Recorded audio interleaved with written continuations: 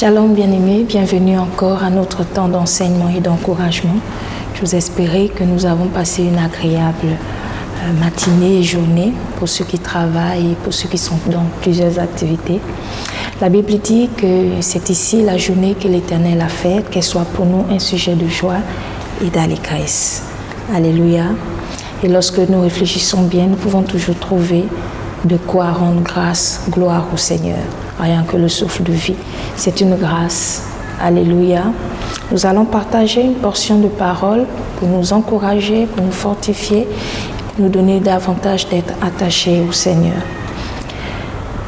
Prions. Père, dans le nom puissant de Jésus, je te bénis et te rends grâce. Merci encore pour ton amour, pour ta fidélité. Merci parce que c'est toi qui nous aimes, tu nous as aimés le premier et tu nous fais grâce encore de te connaître chaque jour.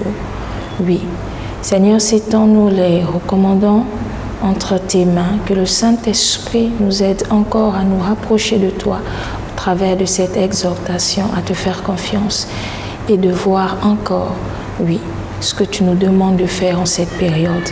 Que la gloire et l'honneur te reviennent dans le nom de Jésus. Amen. Amen, bien-aimés, ce soir, j'aimerais nous exhorter sur le thème « Sois dans l'action de grâce ». Donc, le thème de ce soir, c'est d'être dans l'action de grâce. Dans cette période, sois juste dans l'action de grâce. Nous allons rapidement lire deux portions de la parole de Dieu dans le livre de Matthieu. C'est vrai que c'est dans deux chapitres différents, mais nous allons commencer par Matthieu chapitre 14 à partir du verset 13 au verset 19. Je lis la parole de Dieu dans la version Louis II. À cette nouvelle, Jésus partit de là dans une barque pour se retirer à l'écart dans un lieu désert. Et la foule, l'ayant su, sortit des villes et le suivit à pied. Quand il sortit de la barque, il vit une grande foule et il fut ému de compassion pour elle et il guérit les malades. Le soir étant venu, les disciples s'approchèrent de lui et dirent « Ce lieu est désert et l'heure est déjà avancée. Renvoie la foule afin qu'elle aille dans les villages pour s'acheter des vivres. » Jésus leur répondit « Ils n'ont pas besoin de s'en aller, donnez-leur vous-même à manger. » Mais ils lui dirent, « Nous n'avons ici que 5 pains et 2 poissons. » Et il dit, « Apportez-les-moi. » Verset 19, il fit asseoir la foule sur l'herbe, prit les 5 pains et les 2 poissons, et levant les yeux vers le ciel, il rendit grâce, puis il rompit les pains et les donna aux disciples qui les distribuèrent à la foule. Nous allons lire un autre passage, c'est au chapitre 15. Il s'agit de la même chose, la multiplication du pain, et nous observons que dans le livre de Matthieu, cela s'est passé à 2 reprises. Donc venons au chapitre 15. Ici, nous allons lire à partir du verset 29. Jésus quitta ces lieux et vint près de la mer de Galilée. Étant monté sur la montagne, il s'assit. Alors s'approcha de lui une grande foule, ayant avec elle des boiteux, des aveugles, des muets, des estropiés et beaucoup d'autres malades. On les mit à pied et il les guérit. On les mit à ses pieds, et il les guérit. En sorte que la foule était dans l'admiration de voir que les muets parlaient, que les estropiés étaient guéris, que les boiteux marchaient, que les aveugles voyaient, et elle glorifiait le Dieu d'Israël. Jésus, ayant appelé ses disciples, dit « Je suis ému de compassion pour cette foule, car voilà 3 jours qu'ils sont près de moi et ils n'ont rien à manger. Je ne veux pas les renvoyer à jeun, de peur que les forces ne leur manquent en chemin. » Les disciples lui dirent « Comment nous procurer dans ce lieu désert assez de pain pour rassasier une si grande foule? » Jésus leur demanda « Combien avez-vous de pain ?» 7, répondit-il, et quelques petits poissons. Alors il fit asseoir la foule par terre, prit les 7 pains, les 2 poissons, et après avoir rendu grâce, il les rompit et les donna à ses disciples qui les distribuèrent à la foule. Amen. À la lecture de ces 2 passages, il s'agit toujours de la multiplication du pain. Jésus face à une foule qui est attirée, assoiffée, vraiment qui le suit, quel que soit le lieu où il allait, le suivent à pied. Ils n'ont même pas eu le temps de prendre des vivres, rien du tout.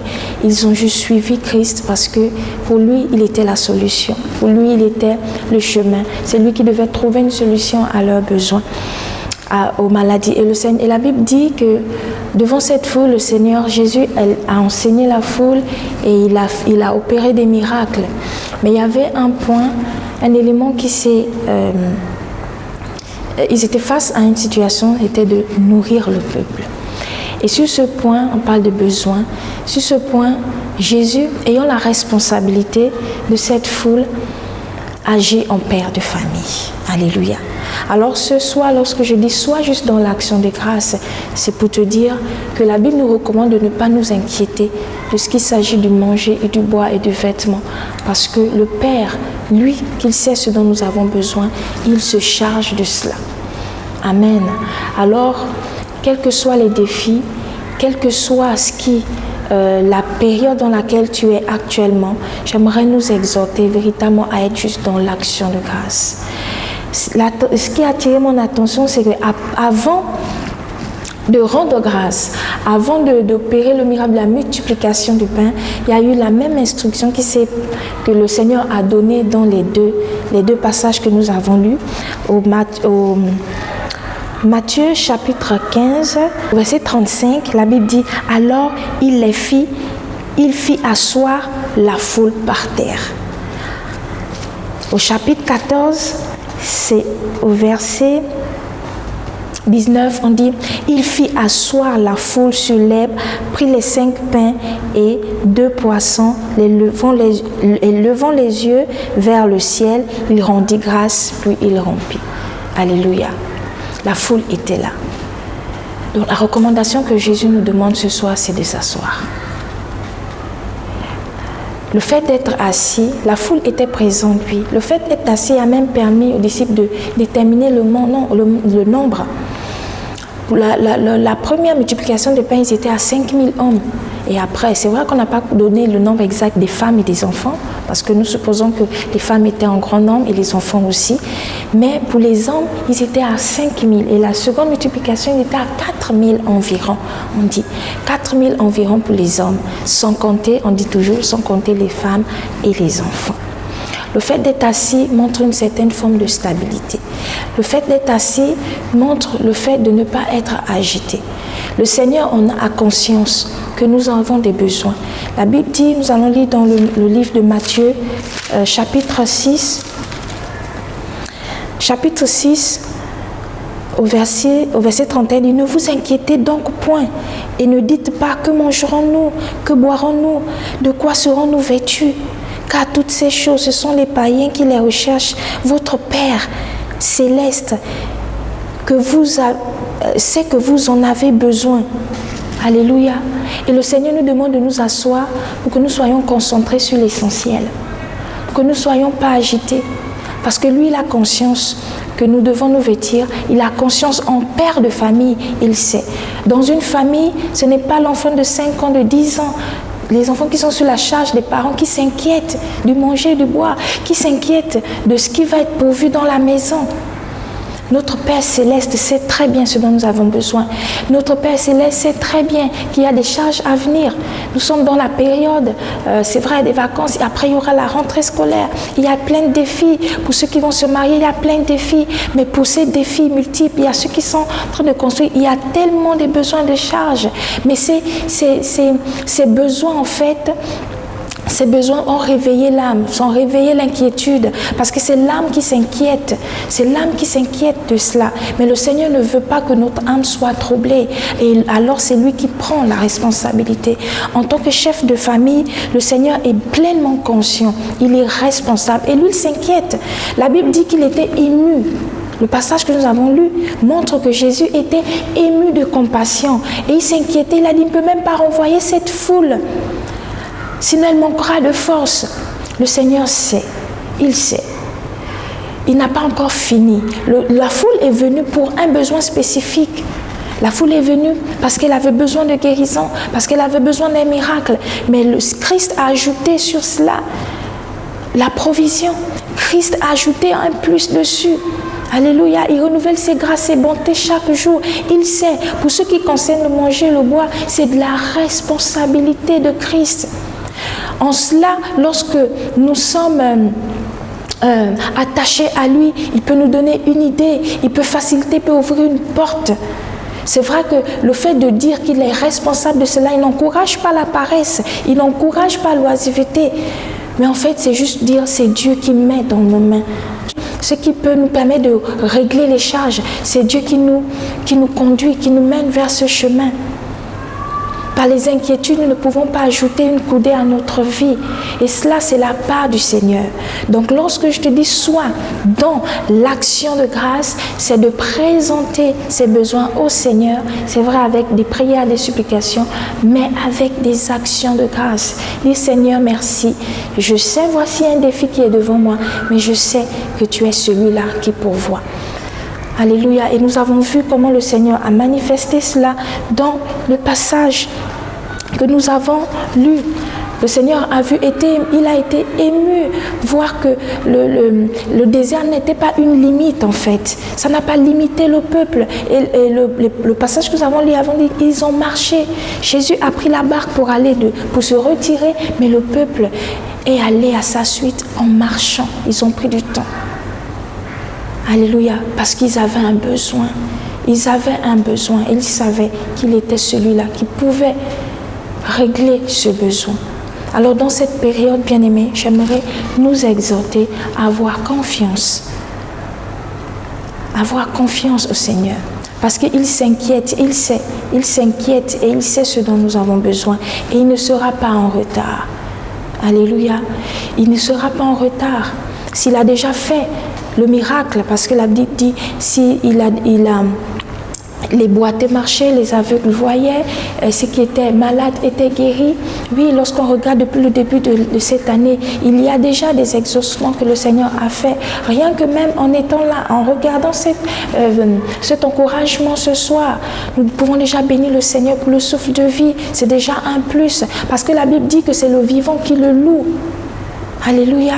Alors tant qu'il renouvelle ses grâces pour nous chaque jour, eh bien, il accomplira sa promesse. La promesse qu'il nous a faite, il l'accomplira certainement. Et il veille. Et c'est lui qui est le maître des temps et des circonstances. Il sait à quel moment il va agencer tel et tel événement. Alléluia. Donc soyons juste encouragés ce soir et fortifiés. Et soyons stables. Soyons stables. Parce que lorsque le peuple était juste debout, il n'y avait pas une bonne visibilité. Le fait d'être assis te permet aussi de discerner le vrai du faux.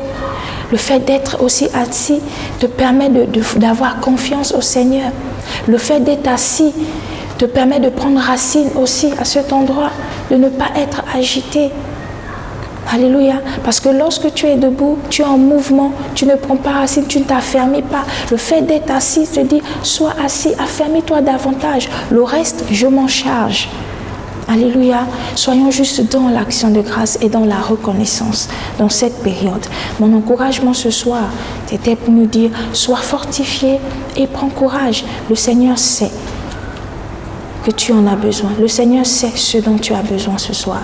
Alors que le nom du Seigneur soit glorifié et célébré. Prions. Père, dans le nom de Jésus, je te bénis et te rends grâce. Merci encore pour cette parole d'encouragement. Merci pour l'attitude d'action de grâce. Oui, éternel Dieu de grâce, nous amorçons notre second semestre. Seigneur, nous voulons juste être dans l'action de grâce. Nous ne voulons pas, éternel Dieu de gloire, être secoués, être angoissés, Seigneur, par les défis qui ne font que venir et augmenter. Non, Seigneur, mais nous faisons confiance que l'année n'a pas encore été, n'est pas achevée, mais que tu veilles. La Bible dit que tu couronnes l'année de tes biens et tes pas déversent l'abondance. Merci encore, Éternel Dieu de gloire, parce que tu n'as pas dit ton dernier mot. Tu es l'alpha et l'oméga dans nos vies.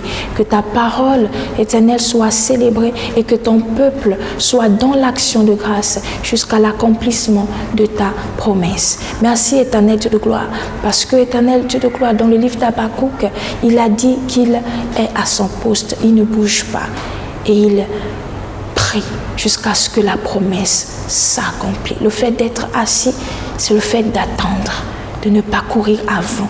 C'est le fait d'attendre, parce que tu es celui-là qui agit et qui n'abandonne pas tes enfants.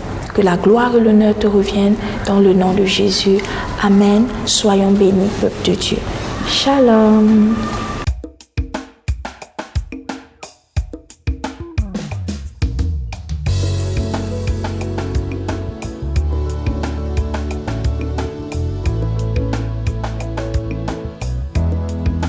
Je suis un flot d'eau vive.